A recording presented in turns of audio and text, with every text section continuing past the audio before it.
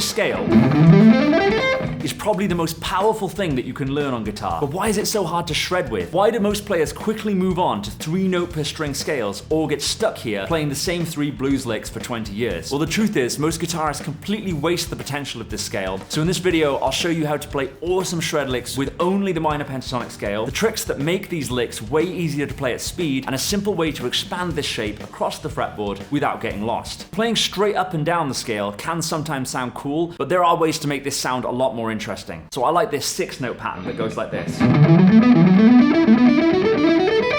And the descending version. Now what's nice about this pattern is that it's simple to use loops and bursts to practice it. So you could take one of these positions and just loop it. You could do it a lot slower. Or you can do burst speed with that, like this.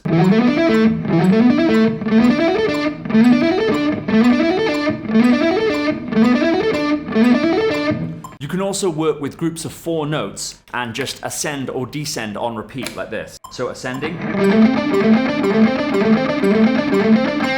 and then descending. By the way, there's a cool variation on the groups of 6s that I played before, where it goes a bit like this. So here, the groups of 6s are offset from the beat, which gives it like an Eric Johnson sound. So let's put all of those into an exercise.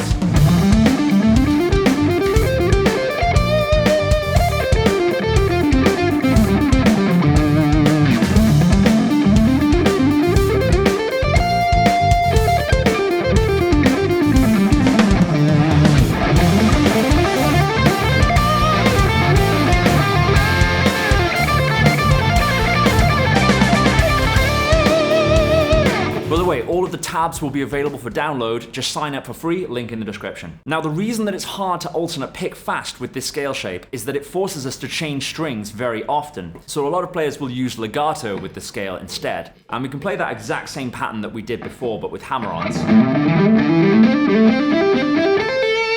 In this video, I also talked about this pattern,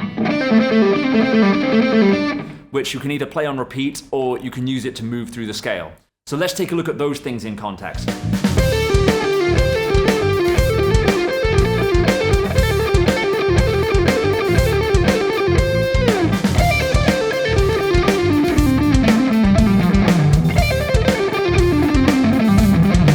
But today I'm going to show you another legato pattern that I stole from Paul Gilbert's Tokyo solo, which goes like this. So it's down, hammer, down, up, pull off, and then down, pull off, up, like that.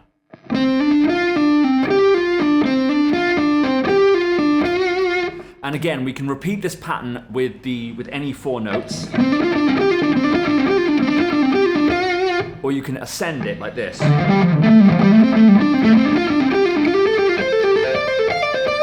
And the exact same pattern descending in reverse looks like this.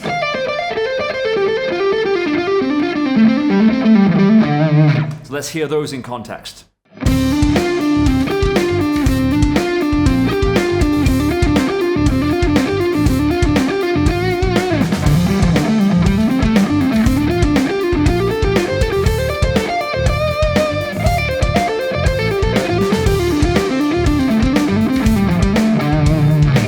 And if you're up for a challenge, try this variation where we play not only super fast, but syncopated with 6 notes to a beat.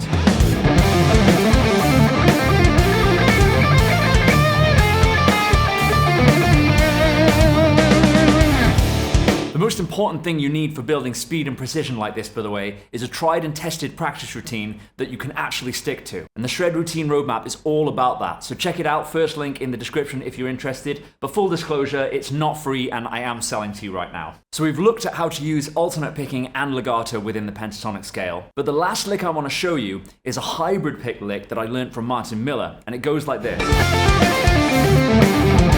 And I love this lick because it sounds so angular and exotic, but it's actually just using the same minor pentatonic notes. So to play it, I'm going to start with these 3 notes here, and I'm going to go downstroke, And then I'm going to play with my middle finger of my right hand, a finger pick on fret 13 here, and then first note again. So it's going to be... And then I use an upstroke on 12 on the G string. So I have this. And I can just loop that on its own. But to do the full version of the lick, I take that shape and I keep transposing it down to different positions, like this. And then play the root. So let's hear that in context with the track.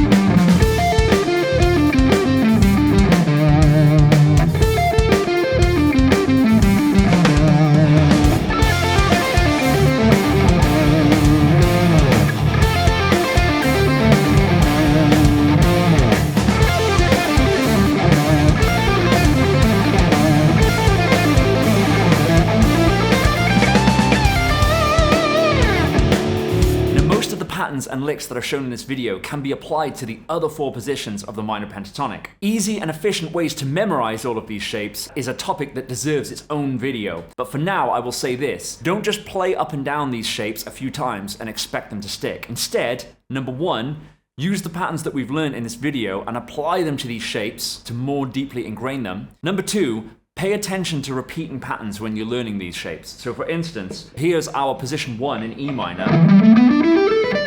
And position 4 looks like this. But notice that these 6 notes are exactly the same here. Paying attention to where these patterns repeat makes it a lot easier to learn. And number 3, improvise by limiting yourself to each of these positions in turn, because that's going to help you internalize these scales like nothing else will. But getting awesome at guitar isn't just about learning new shapes. We need to efficiently practice a variety of techniques in a way that we can actually use in our solos. So click this video next to learn 3 key exercises that you can actually use as licks in your solos today.